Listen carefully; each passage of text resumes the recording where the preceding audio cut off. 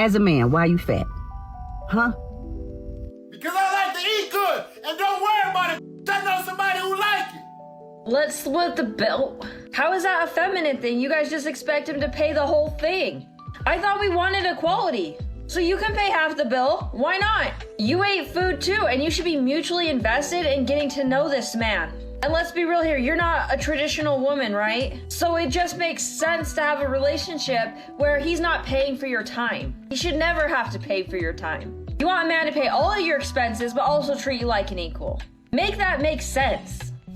The loneliest thing about being a woman that's attracted to intelligence is realizing most men want you to be smart enough to understand them, but not so smart that you question them. If you're the type of person that says it's all men, and you never know which one to trust, and therefore must treat all of them as dangerous, based on the actions of some, or even if you make a small concession and say that it's not all men, but it's always a man, then I'd like to point out that you are in fact no better than a racist. Because, in case you hadn't noticed, that is the exact same reasoning that some of those racists use to justify stereotyping and generalizing entire groups of people. One of the most romantic things anyone's ever done for me was a boy who absolutely hated me and could not care less about me. But basically on our first date, he asked me like, what's your favorite song? And I told him, and literally the next time we hung out, it was like a week later or something, he put the song on and sang the entire words. Like, anyway. I once made a video saying, you get the woman that you create. Basically saying that whatever environment that a man puts a woman in yields the type of woman that he gets. And men had a huge issue with this. They basically said that women lacked accountability. So I want to tell you a story. Hi, my name is Tasia. I'm a confidence and dating coach, and I teach women how to control their emotions so that their emotions don't control them. First things first, yes, I changed my hair. I slept on it, and I haven't combed it yet. Now, you here for the story, or you here for the...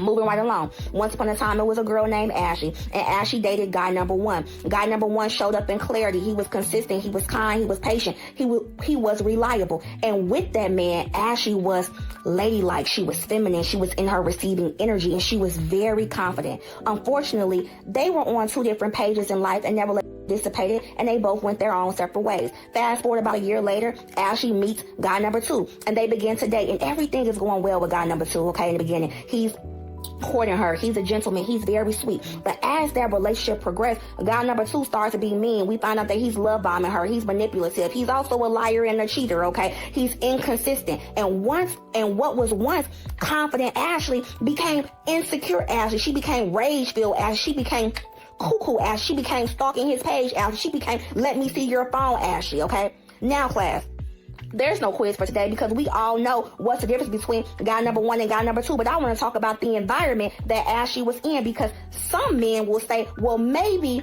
Ashley should go to therapy. Maybe Ashley should have walked away. Well, maybe it's Maybelline, and maybe it's a scheme that Tom set up to blame you with the...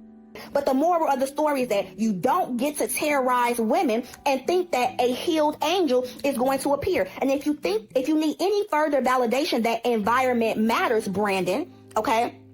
If you tie a dog up to a tree outside, baby, and you left it out there in the cold, in the rain with no food, and you then approach that dog may bite you. That dog may be scared. That dog may be reserved. If you put a plant in the window, you didn't give it any sunshine, you didn't give it any water, that plant would probably be limp. It probably wouldn't survive, right? If you put a child in a household where it's chaotic, where their basic needs, food, water, shelter, are not being met, that child may grow up to be an adult with a couple of issues, okay?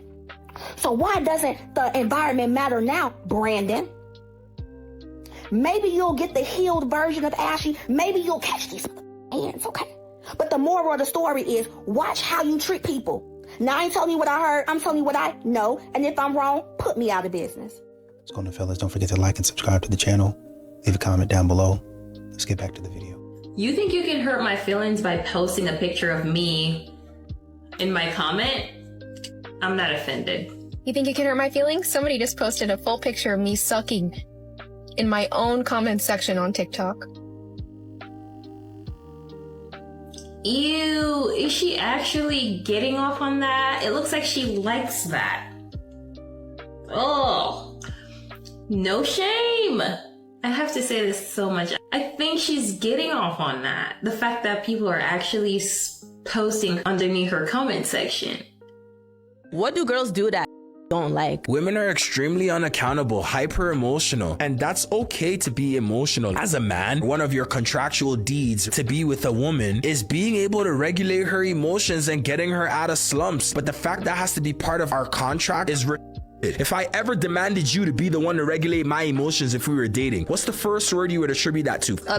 And what does the word mean? Female. We don't like hold ourselves accountable. We don't like to hear the truth. Until that's fixed, nothing is a conversation. Look at the concept of saying I'm just a girl. That's like the perennial display of unaccountability. See, the difference between me and you, if my girl ever did that trend in front of the server being like, oh, can I get the cheesecake? Can I please get the cheesecake, to make me feel like she's scared?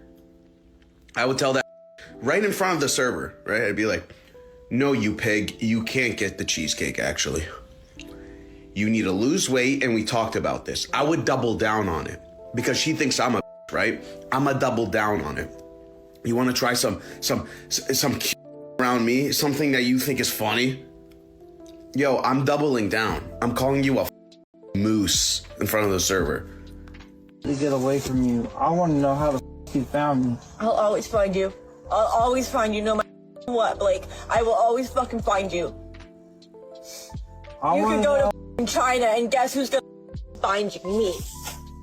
I think what you need to do is find the missing teeth in your mouth. I think that should be your first priority. I am nobody to talk about teeth, but you know. Oh, and by the way, you should put a tracker on your car. That or an air tag. Probably not an air tag though. Probably a tracker. Yep, check above your tires. Men will post videos like this on the internet literally every single day, proving that women are just as psychotic and just as crazy. But still, we get online and we say things like, oh, we picked the bear. We picked the bear because it's not the same when women do it versus when a man does it. No, Becky, it's almost worse. My last relationship, we broke up because he asked me to marry him, but then he asked me to sign a prenuptial agreement, and I said absolutely not. I think that's bogus. I'm not gonna sign a piece of paper that says that if you leave me, I get nothing. Like, no, I think that I should have half of everything that you've worked your entire life for. And I think that's fair. You see, this is why they don't want to sign the prenup, because they think they're entitled to half of this shit you worked your ass off for when you didn't even know that they existed. They think they're entitled to half of that. That's what's bogus. That's what's crazy. All day, every day, therapist, mother, maintenance, and a virgin nurse. Okay, be grateful that women want equality, not revenge. What do you call what the F is happening right now? All you guys do is scream, screech from the rooftops. I hate men, all men are trash. You guys can publicly bash men, be openly sexist while claiming to be the victims of sexism. Like, shut the F up. And revenge for what? Or equality for what? Like what do you mean? Thank God women only want equality. You guys, you freaking stupid have had equality for so long now. Like, shut the F up. You guys are delusional, like literally delusional, and I cannot believe that we have a country that allows women to vote. I'm not even kidding, I'm being serious. We could solve so many problems if these stupid could not have any say in the future of our country, because they're literally... I need to roast some more. So if you have an ex-girlfriend or an ex-wife or any that needs to be roasted, order a custom roast from yours truly at the link in my bio. People love them, okay? Let me say Well, now, if that was a demonstration on how not to be classy, I would say they absolutely nailed it. But that's not the best, or I should say, worst part of it. Let's take a look at the most liked comment on that video. That's right, over 27,000 likes where it says, "Stop birthing your oppressors." Now, I've said this before, but I have yet to actually hear from any woman in the Western world, which is obviously where this video was taken, how exactly they are oppressed. And that honestly also says a lot about the women that think that they're giving birth to their oppressors, because they're taking part in raising some of these men, so one should think. So if they think they're oppressed, when are they actually going to take some accountability of how they raise their oppressors? Or is that something that they're not going to want to address because that would mean some personal accountability? Masculine men, high value, let's even take high earning out of it, right? If you are a hard working man, you have a good job, you want to be a provider, you want to show up for your kids, you want to be at the basketball games, you want to love on your wife, and you want to be faithful. Why would those men choose you when they don't have to? When there's someone younger, when there's someone nicer, when there's someone kinder, when there's someone that pays attention to them better, when there's someone that actually acts like they need them. Because this is another thing too. When women say things like, I don't need no man, you sound crazy. Why would he choose you when he doesn't have to? Men need to feel needed. Am I wrong? Am I lying? I think people want to feel needed. Yeah, people. That's not just a man thing. I But feel men like- especially. Men want to for provide. sure. They want to take care of. Yes. You got it. What do you need me for? Yes, I am tired of people deflecting and playing victim to avoid taking accountability. And that is really popularized in today's day and age. And that's why we have this cycle of bitter, jaded, toxic, single moms raising boys that they don't like, raising girls that they make hard. And the roles are reversed. And it's not until we tell the truth. And yes, the truth hurts. Yes, it is harsh. And if you take accountability for it, we can reverse the issue, the trauma, the generational trauma that we're instilling in our children. So call me whatever you want. Sure, I'll be a pick-me. The more and more you look at the what's going on in modern dating, what's going on in modern society, I don't know if it's stunned because you see it so much. I don't know if it's shock because you see it so much. It's what are we doing? What's going on? People's minds are so warped. The brains are just everywhere. And you're like, what? How did we even get here? What were we even thinking? Why? How is it that you've come to think like this? That's what we're asking. How is it that you come to think like this? So many modern women, I don't know who they've been hanging around. I don't know what they've been into. I don't know how many plots that they've been doing it for. I have no idea. But a lot of these modern women are wrecking their entire lives, getting involved in foolishness. And it don't matter if it's dating or their personal lives. They are wrecking their lives, getting involved in foolishness. And a lot of the times, these modern women are smart enough to know that they're getting involved in foolishness, and they do it anyway. And it'd be one thing, because I get it, it'd be one thing if, okay, man, I want to take a detour. I've been living a boring life. I want to take a detour and I want to get off into something that's a little risque, right? I don't know what that would be. I'm not telling you to go out there and go crazy, but these modern women, they get involved in the worst kind of thing. I need somebody. This is life. I need somebody to help me out of this. If they don't help me out of this, then there ain't no way that I'm making it out. I need somebody to get me out of this situation, or it's about to turn. It's going to have, if it's not tragic consequences or effects, it's going to be long lasting effects. A long-term issue for me. I don't know if I'm going to be able to fully recover. They find themselves in these situations and they're like, oh yeah, that was a great idea. Who told you that? Why did you even go over there? What were you even doing over there? But modern women, they don't listen. They act how they want to act. They watch what they want to watch, read what they want to read, be getting involved in stuff with silly ideas, stupid ideologies, and then they wonder, how did I even get here? Why am I being treated like this? Why can't I find something that suits me? Well, the thing that would suit you is a fantasy. The thing that would suit you is somebody or something that's delusional. That's why you have a cat. That's why a cat suits you, because a cat will just leave you alone in your delusional state. They'll leave you alone in your fantasy. Hey, I'm just here to lay on you and let you pet me. That's it. When I'm tired of that, I'm walking out the room. I'll sit on a windowsill and look at you sideways. As long as you don't do nothing crazy to me. Dogs are the same way. As long as you don't do anything crazy to me. Dogs don't talk back. cats don't talk back.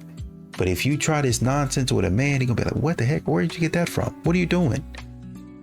Modern women get themselves in stupidity, and then they go and talk to their friends about it, and their friends are on the same type of dumb time. But when you come across a man, it's like, no, that's silly. Why would you do that? See, that's why I don't like dating men. Because accountability? That's probably why. Why do you keep taking the sushi off my plate? Relax. I'm not the pay for everything. Okay, but that doesn't mean you could just take food off my plate. If you wanted that, you could have just ordered it. Or you could have even asked. Yeah, but what the fuck? Relax. You couldn't just ask, though? Like, It's sushi! Aren't you supposed to share those? You order 2 or 3 rolls and then you guys just help yourself. Don't go to sushi on a first date if you're not willing to, like, share the sushi roll. And he's paying. What the heck? You're supposed to be considering a potential relationship with this man and you can't even share your sushi roll. But yeah, thank you for making yourself a massive red flag for this man so he can find somebody else. Like, if you're gonna act like this over a sushi roll that he's paying for, he probably knows you're gonna be extremely selfish in other situations.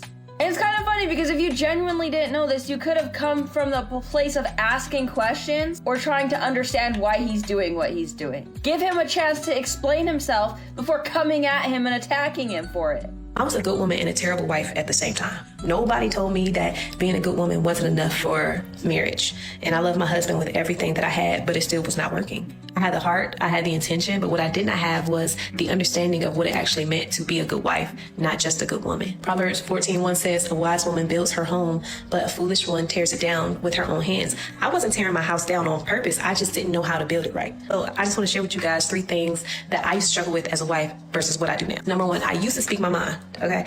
Now I speak with purpose because not every single thought that I have needs to leave my mouth, especially to my husband. 2, I used to keep score. I was a scorekeeper. Go, look, with no shame.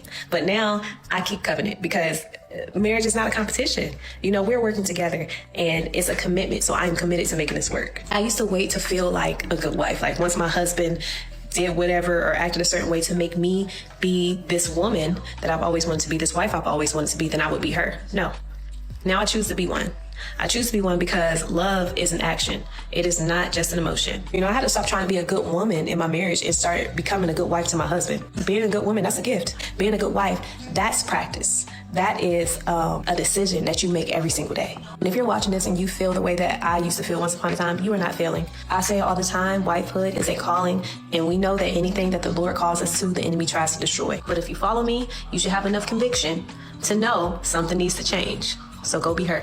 Bye for now. Even though I begged her to not have an abortion, she did it anyway.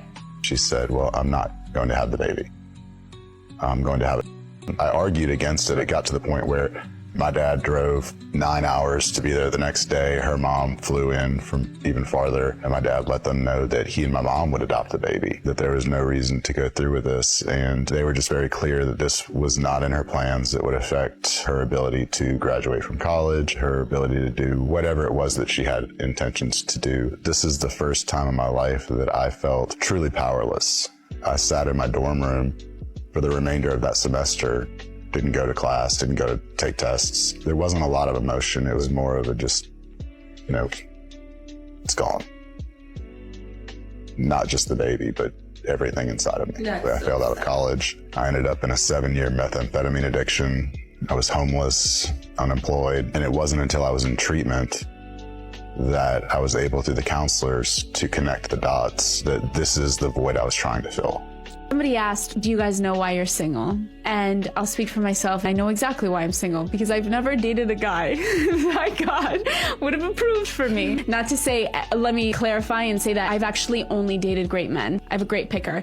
I've only dated really wonderful guys, good people to their core, obviously not perfect and clearly not from me because we would be together if that was the case, but like good people, but never somebody who's further along in their faith than I am. Yeah. And I know without a shadow of a doubt that the person God has for me is like so far along in their faith than I am. And I have such a desire, like a yearning to be led spiritually. I just want to sit and look up at a man talking to me about theology, and I'll be so happy. You know what I mean?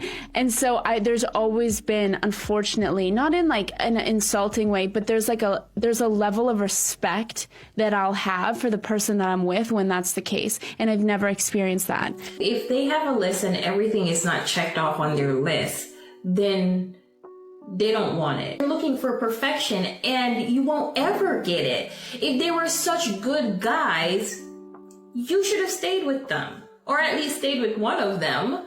You know what I mean? It's like you have a good person, and just because they don't check one stuff on the list that you have, you're gonna give that up and be like, well, I'm gonna wait for the guy to come around who's gonna check all 10. Like, that doesn't really happen. Everyone's talking about how GLP-1s make you lose weight. No one's talking about what happens when the shots stop.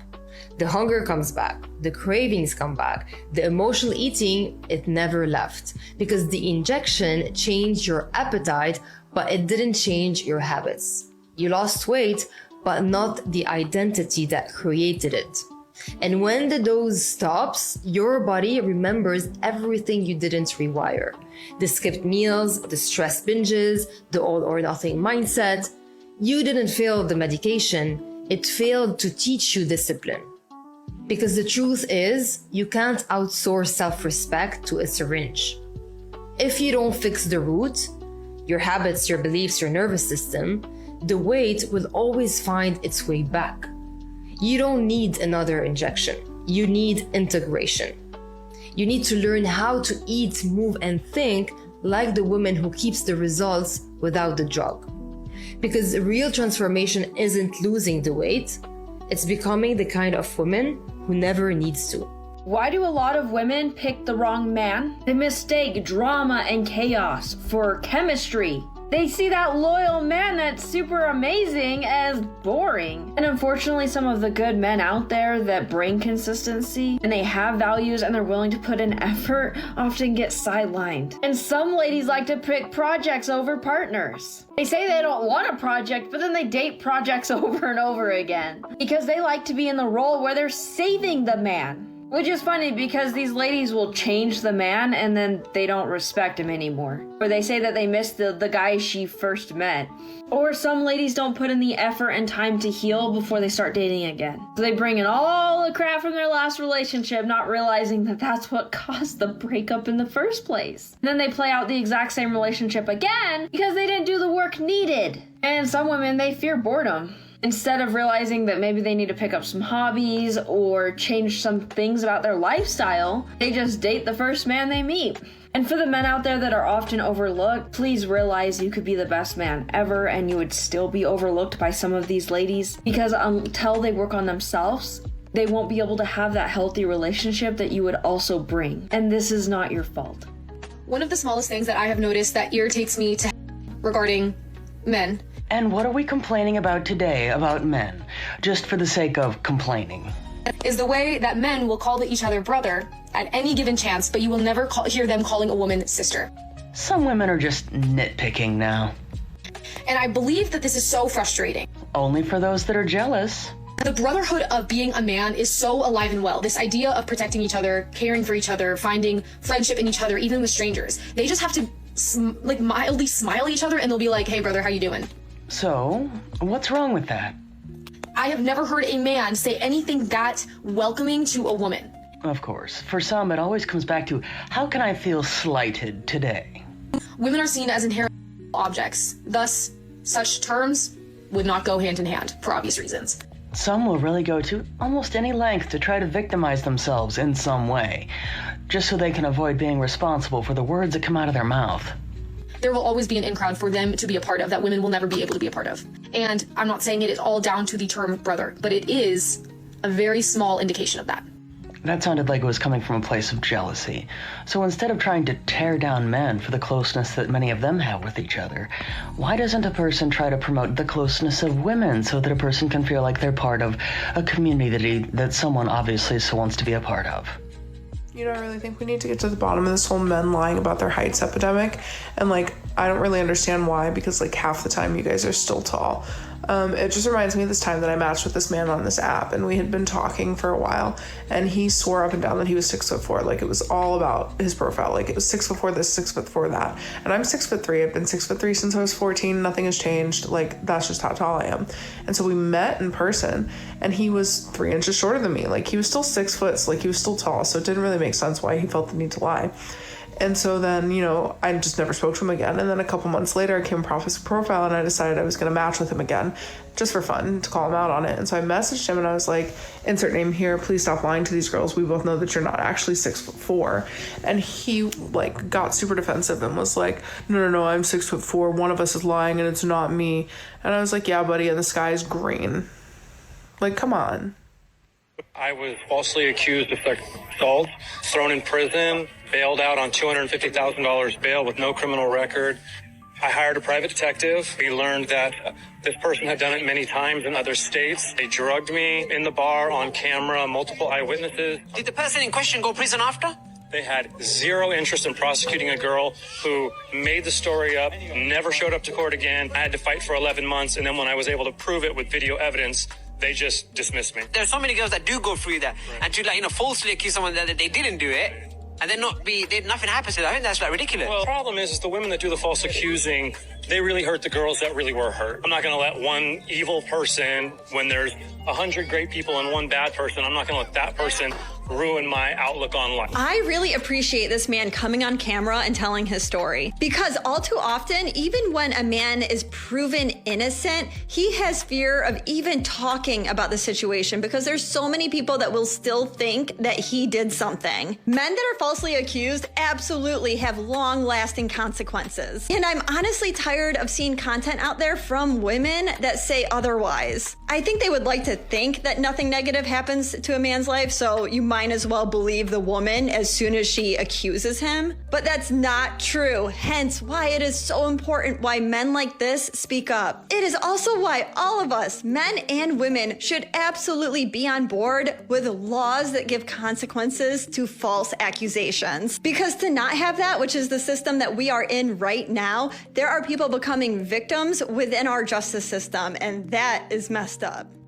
I usually can't talk about stories like this because my mom brain doesn't allow me to. And I myself have an 11-year-old daughter, but I feel the need to talk about it because this came up on one of my other social media platform feeds, and I clicked on the comments, and the amount of double standard against this man who is her father, who fought for custody of her for 9 years, since 2015, when he divorced the mom.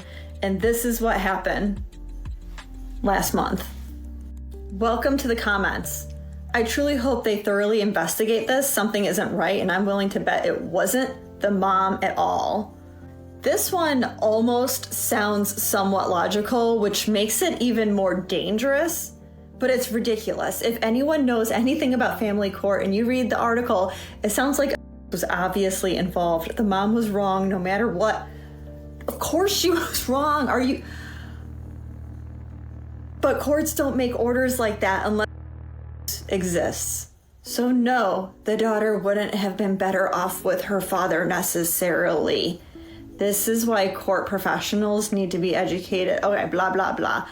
The fact is that this 11-year-old isn't here anymore. I think that's the worst that can happen. The comments alone just shows how much bias there is against dads when it comes to divorce and getting custody of their kids. And the bottom line is that you should take a story like this and realize that sometimes a daughter is safer with her dad than her mom. You know, modern women say a lot of dumb stuff. They will say that a man, what he's doing is terrible. I was listening to a woman, kind of dissect what a man was doing. I think he said he's 35, he was fit. It's like a 10-minute video. He's 35, fit, what am I doing wrong?